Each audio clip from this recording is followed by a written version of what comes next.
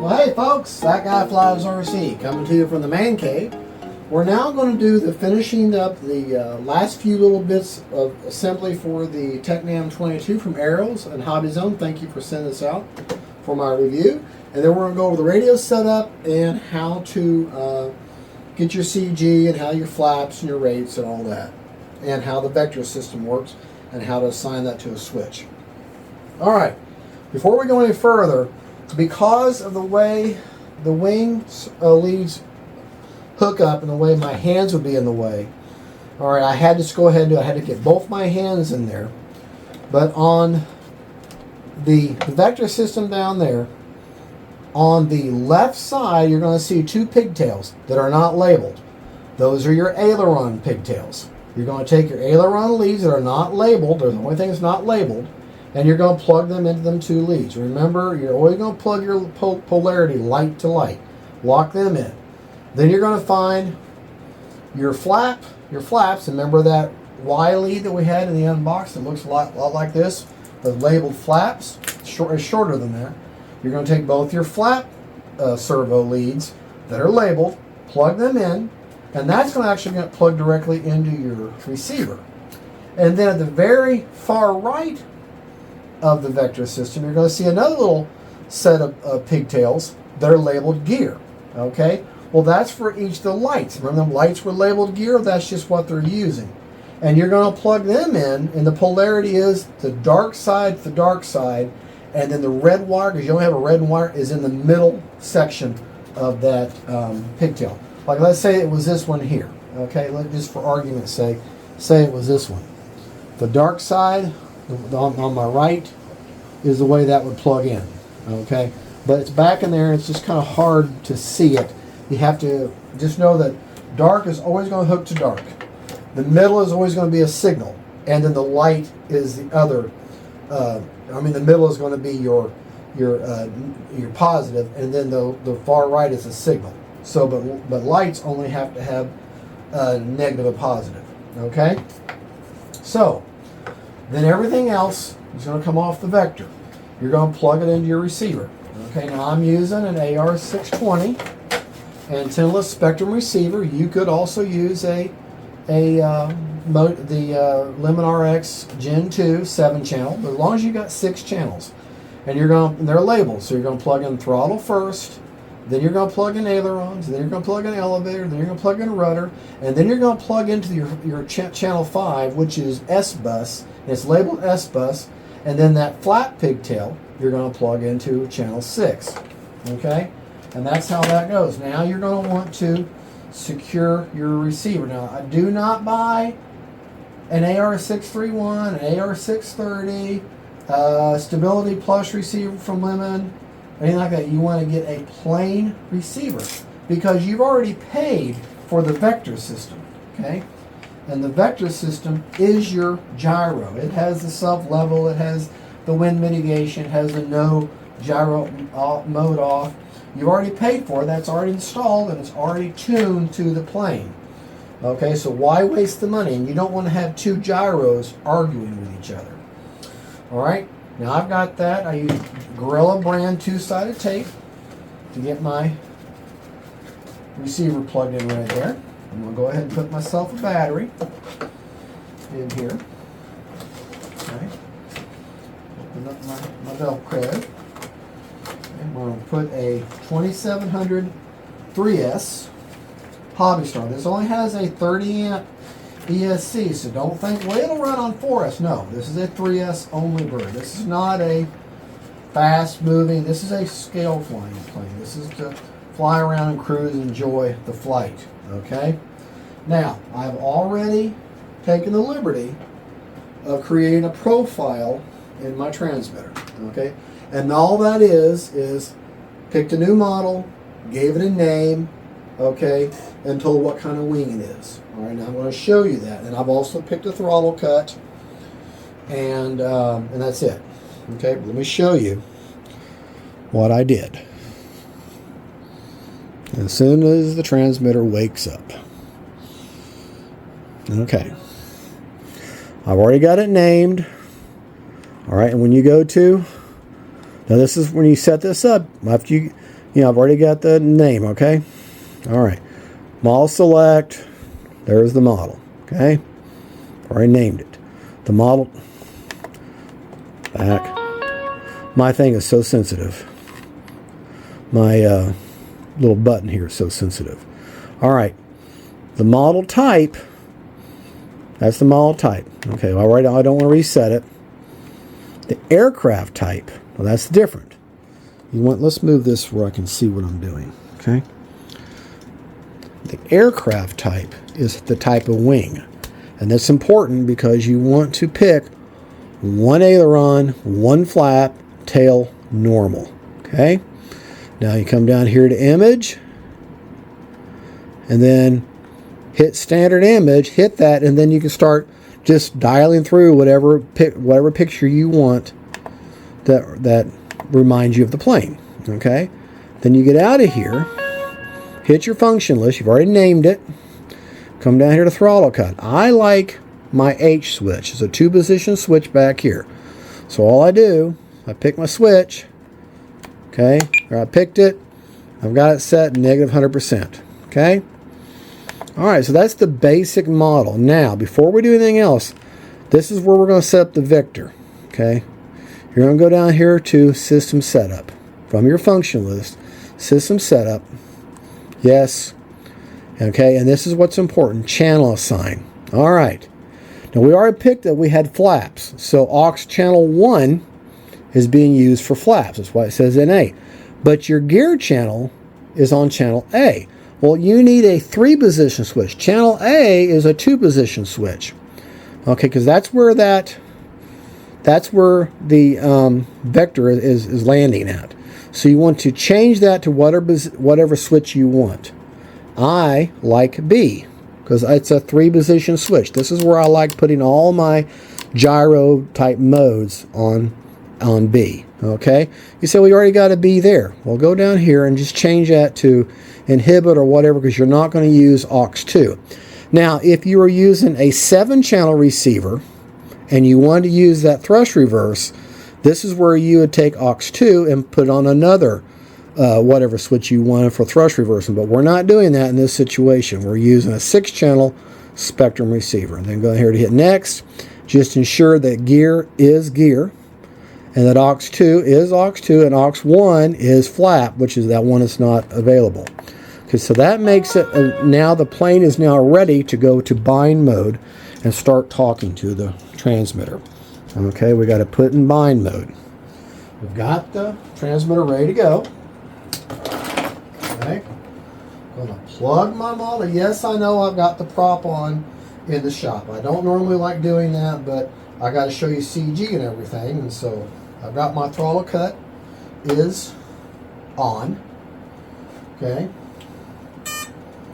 Okay, and I know I got my lights hooked up right because they just came on. Now I'm going to hit the bind button on the top of the receiver. Okay, that makes it start flashing. Okay, now I'm going to go to my transmitter, or whatever your binding procedure is for your transmitter. This is where you're going down here. You're going to hit bind. Bind, yes. Binding. DSMX 22 milliseconds. Telemetry. Bind complete. Up. Hear that? Okay, now let's look at that front nose gear. Look, it's moving. Ailerons are moving. Wait a minute, my elevator's not doing anything. My rudder is. Well, wait a minute. What gives? Okay, now, just for argument's sake, we'll get to that in just a minute. Okay, I'm going to put throttle cut off. I'm going to show you something. I'm away from the prop.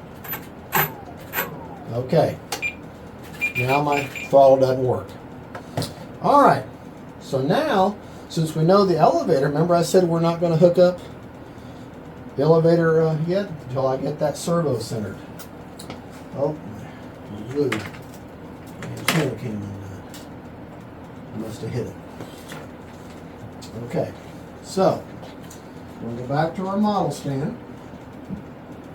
All right, so I can show you this.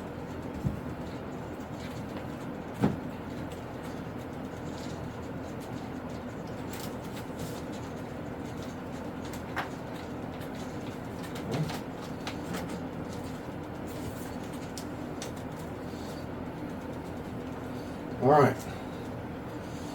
What I'm looking for, see, there's that servo. I want to make sure that this is perfectly level here. That's perfectly level. All right. Now, what does the instructions say? Because this is the only thing it says, the only place to hook anything up is the elevator. Okay, so let's take a look and see what they're asking. Okay, they're saying go to the outside hole and then the outside hole. Now, that would be the least amount of control. That would be beginner friendly. I like a lot of elevator. Okay, I like a lot of elevator. So you're going to push your fuel tube back a little bit. That fuel tube that's on there, you're going to push that back. All right, I'm going to go to the outermost hole on the servo arm, but I want to go to the inside hole. All right, well, if I hold that in place, that almost perfectly lines up, but it's got to come out a little bit.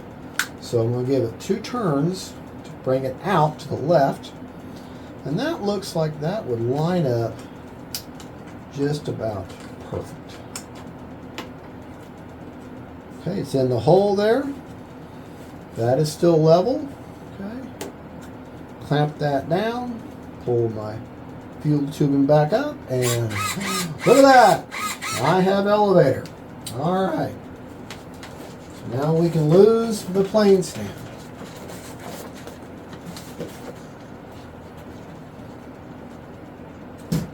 Just so you know a little bit of terminology. The radio system that you have in your hand, that thing right there, that's the radio. Okay? It's also technically considered the transmitter. Okay? Remember I said the AR620 receiver. The receiver is just like it sounds like. It receives the signal. The transmitter transmits the signal to the receiver, and then it tells the plane what to do. All right, now look at that elevator. Let me back the camera up a little bit. See, this is a little bit bigger plane than Bigfoot. Okay.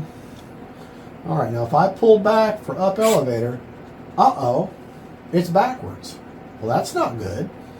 If I pull down for up elevator, then that elevator should be going up. It should be going this way, but no, it's opposite. So let me show you how to fix it. Let's check the elevator. Oh, ailerons are backwards. Right aileron, that aileron should be going up, but instead it's going down. Look at the rudder. The rudder's right. The rudder's the only thing that's right. And I don't have the flaps worked out yet. So, let me show you how to get that correct. You're going to go to servo setup. You're going to go to travel, subtrim, and reverse. Go over here, reverse your aileron, reverse your elevator, and go all the way back out. Now look what happens. Watch the elevator now. If I pull up on elevator, it rises. If I go right on the aileron, if I go right aileron, there you go. Ailerons are right, elevator's right, rudder's right. Okay, so we're in good shape. Now let's look at them flaps. Okay, you've already told it what kind of wing, one aileron, one flap. So that tells it to save that auxiliary 1 for this, or auxiliary 1 for flap system. Hit your flap system, highlight what you want, and then pick your switch, which I like D. Okay, so we know we got D. While I'm here, I'm going to go ahead and set that for a 2-second deployment, not 3. Then I'm going to go up here to the flaps up position. Okay, now there's no values in here, so when I move the switch, nothing's happening. All right, so let's go ahead and highlight that, and I'm going to start going negative. Okay. All right. Then we'll go down here. Something's not right. Something is not, I'm not getting anything on them flaps. Nothing's moving on the flaps. So that means something's not hooked up right. And I think I know what it is. Let me verify. I think I've got the polarity wrong on my flaps.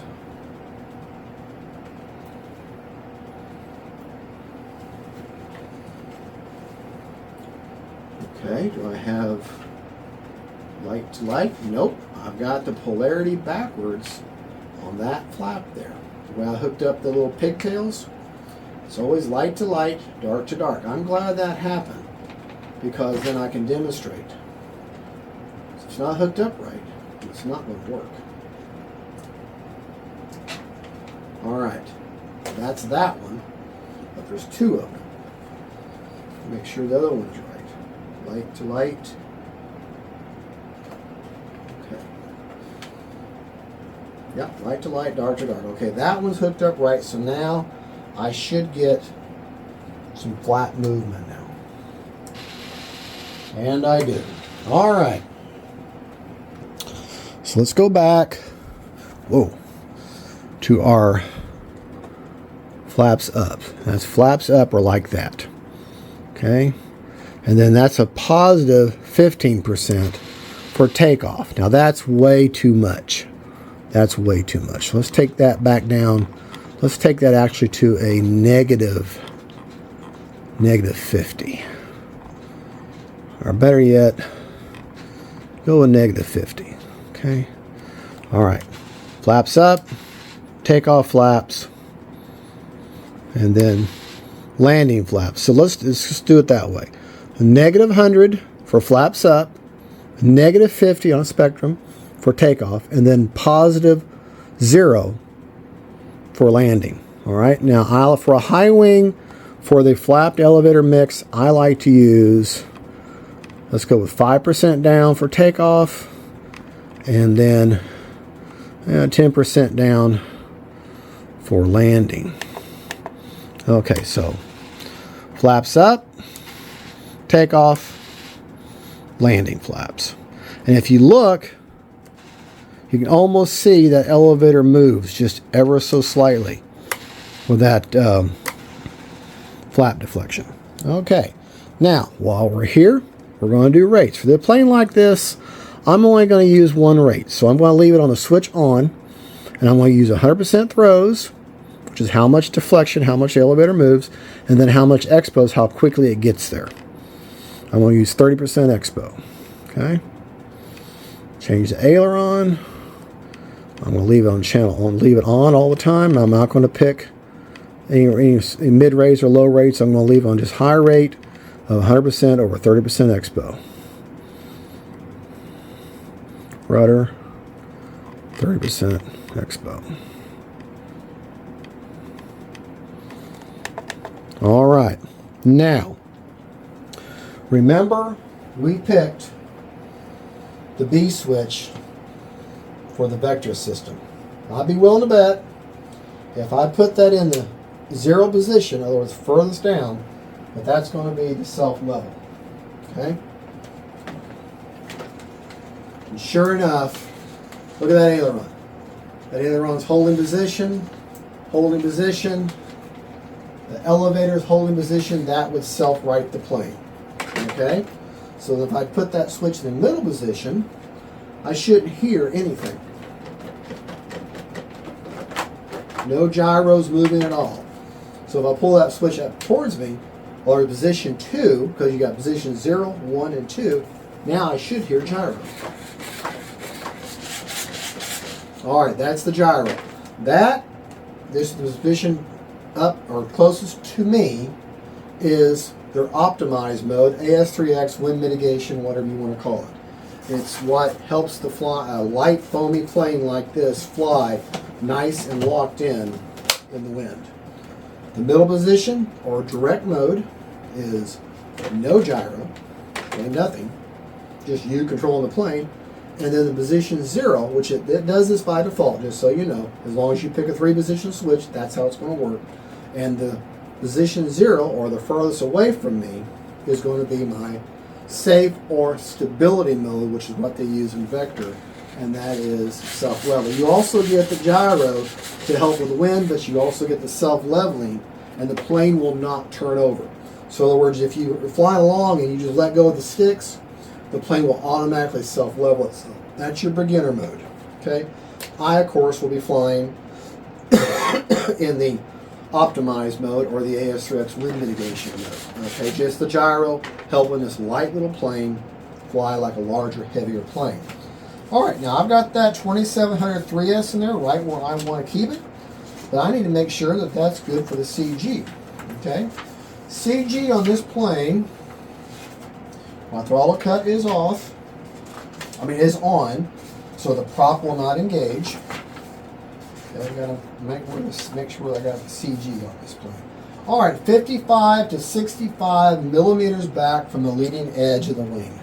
Okay, something I want to show you real quick before we go any further on CG. If you notice how the flap is down just a touch, but the ailerons are nice and trim and level, let me show you a little trick to get those flaps lined up. Go back to your servo setup, go to travel, okay, and go down here to flap.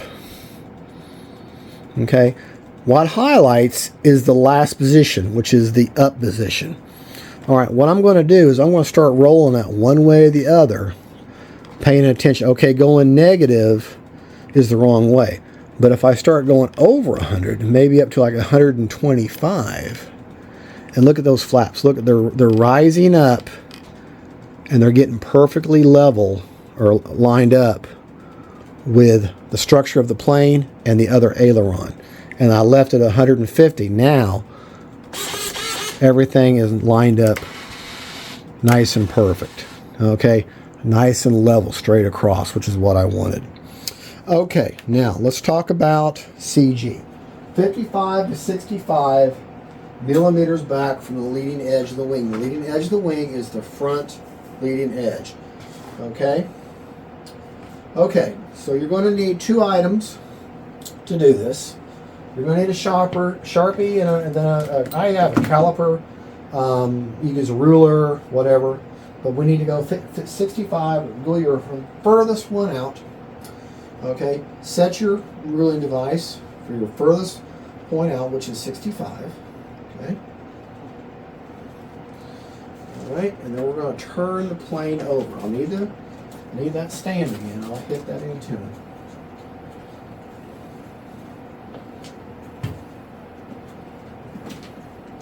Yeah, I didn't wait for everything to dry before I continued on. Okay. Plane there, not touching any of them antennas or anything, I hope. Yeah, maybe a little bit. All right, I'm at 65 on here from the leading edge of the wing.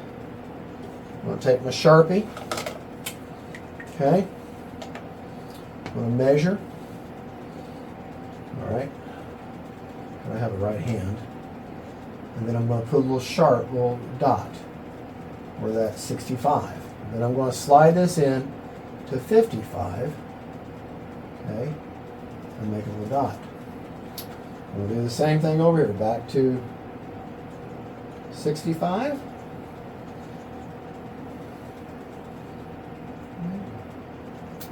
And then down to 55. And to give you a landmark, it's on either edge. You got this white servo tape here that runs along the front. It's on the outer and the inner edge of that tape.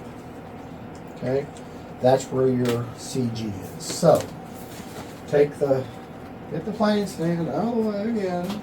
Okay, and let's check it just like you would at the field with your fingers. Okay, because you're not going to carry a CG machine around with you all the time. Okay, you're going to do it with your fingers. All right, I'm going to put my fingers right between those two black marks, and I'm going to let it kind of pivot there. And that slightly nose heavy, which is exactly what I want for this kind of plane. Level to slightly nose heavy. Okay? Now, I don't know. Let me see if this will actually work on the CG machine. This is a Hobby King CG machine. They carry it sporadically on the Hobby King website. It's so sporadic that I don't want to even give you a link because I can't guarantee when it's going to be back in stock again. Right on that tape. Okay. That's where it's at, right on that tape. Okay. Yeah, this time it's going to work just fine. Alright. As you can see, she is slightly, make sure I'm still on the CG, it's right on that servo tape. It's the width of that servo tape, that white servo tape. If you're right on that servo tape, then you're perfect. As you can see, it's slightly nose heavy, okay? Not too bad. So, to rectify that, say, well, I want it to be perfectly level or less nose heavy than that. Then just unstrap your battery, okay? I'm going to pick that battery up. In this case, it's a 2700 3S.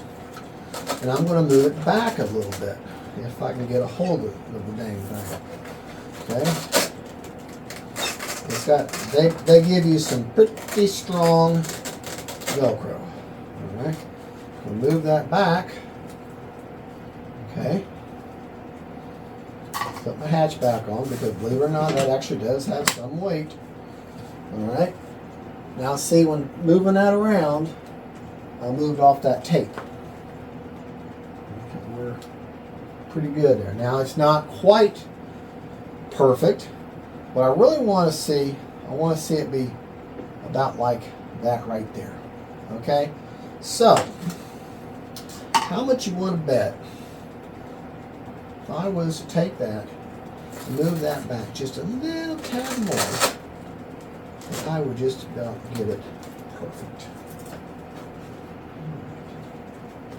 Alright. Put your hatch back on. Clamp it in place. Make sure I'm still on that tape. And that is a whole lot better. That's just ever so slightly tail heavy, or nose heavy. Now, right there, probably, you know what, let's just do it one more time. Okay, just to say we did, and then we'll pay attention to where we got that, and I'll show you where we ended up. All right, now that's actually, that might be just a tad too much. These are the things you do when you're setting these planes up. You want to get it as close to perfect on the bench as you can get it. Okay, that, okay, we're still on the tape. We didn't really move it. Maybe just a tad bit there. And that's pretty level. That looks really good. So, a 2700 3S, and let me show you where that's at. If you look at that back strap, that battery basically is in the dead center of that back strap. You can see your servo here, okay? So if I was to put, I could even put a 3300 and maybe move it back just a little bit more. But 2700, now 2200 I may bring it forward just a touch. But right there is good for a 2700. So let me show you how I'm going to remember that. This is where that Sharpie comes in handy again. Okay? Take that Sharpie. I'm going to draw me a line at the base of that, right here at the battery. Okay? And I'm going to put 2700. Alright? Let me show you that. Okay? That way I know, see that line there? I know that line, and I put 2700 there. I know then the 2700 for that way back is my spot. So then that gives me, in my mind, I know if I go a bigger battery than 27, I'm going to move it even further. If I'm going to go less of the battery, like say a 2000 or 2200, I'm going to come a little further forward. But that's a good strong battery. You're not going to be doing a lot of flips and rolls. You're going to do a basic aerobatic for this plane. So that's a strong battery strap. And that's all you're really going to need. Alright, I don't suggest you doing any more gluing or or do anything else to the plane until all your little peripherals are glued in nice and strong. You know, at least a couple of hours before you start messing with it. Or you could have used CA and it will lock in immediately. But the reason I don't necessarily like CA is because CA gets brittle over time and will eventually break off. So that's just me then.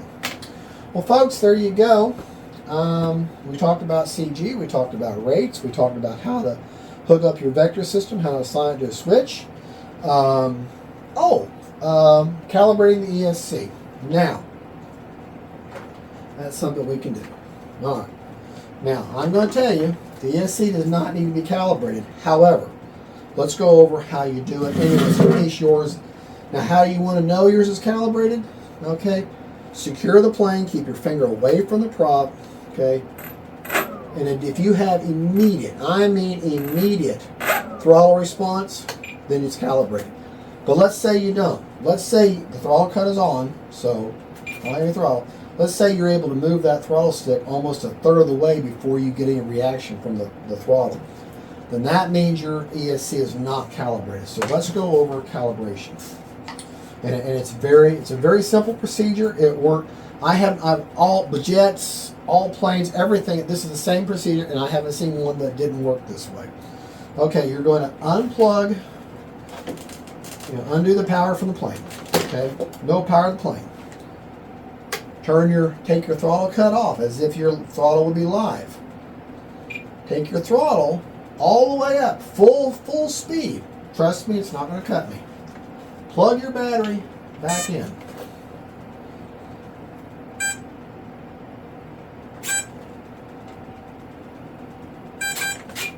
All right, you heard them 2 fast beeps? Okay. When you heard those 2, you waited to go a little bit of a dance, and then you heard them 2 beeps really close together. As soon as you did that, you pulled your throttle all the way down. And what that did is, I'm going to put throttle cut on. With a throttle all the way up, those first 2 beeps captured upper end, the absolute 100% of your throttle, and then you pulled it down, and then it captured the low, the 0 throttle, and it captured that range, okay? And we've got immediate throttle response. All right, throttle cuts back. All right, we've gone over CG, we've gone over how to do a throttle cut, how to calibrate your ESC. We've gone over how to set up the vector system. We've gone over flaps. We've gone over rates, which I only use in one rate for this plane, which is 100%, over 30% expo, all the way around. We've gone over how to properly prepare if you have a control service going the wrong direction. I showed you how to correct that.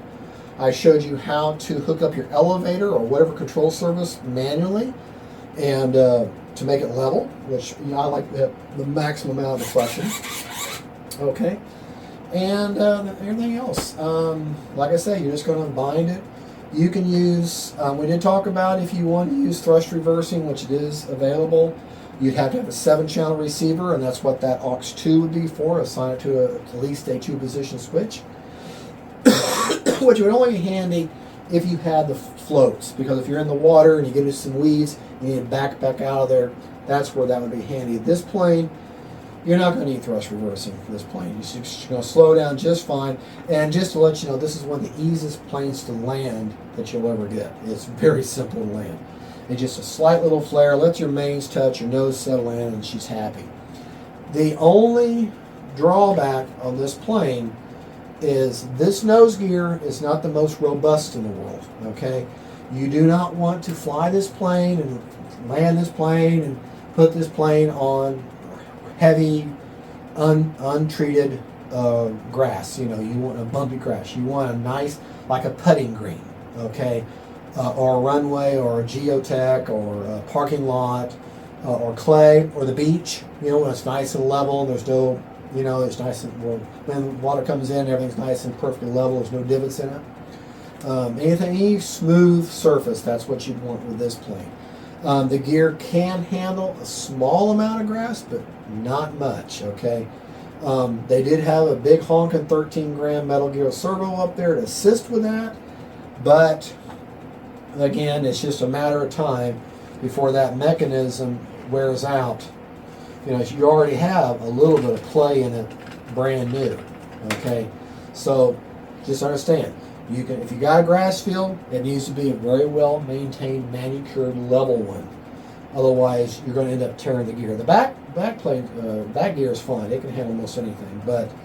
And there's no way to take the skirt off where you have just a bare wheel, because this is a very hard plastic structure. The wheel is actually held in the plastic. There's no shaft that actually goes through that wheel. Okay, you'd have to come up with your own whole new wheel assembly. I wish I gave you an option for an all-terrain type setup, but they don't. So, all right, folks. Well, that is the ARROS Tecnam 2010. The other drawback, it's not even a drawback, it's just something you need to be aware of, is the battery hatch. If you just put it down, you've got to hear that snap. If you don't hear that snap, that cap, this battery will come right off. Okay, ask me how I know on my first one. Well, folks, thank you so much. And Hobby Zone, thank you for sending this beautiful plane out for me to test and review. It's a great plane. It's a great beginner plane. If you got the environment for it, it can be a lot of fun to fly. Preferably a good, strong, a smooth surface to take off and land on. And I highly recommend it. It looks good. It flies amazing. And I hope to get y'all a maiden very soon with this. Hobby Zone, thank you. Folks, thank you for watching. Don't forget to like and subscribe. God bless y'all. And don't forget, faith, family, and friends, with the Tecnam 2010.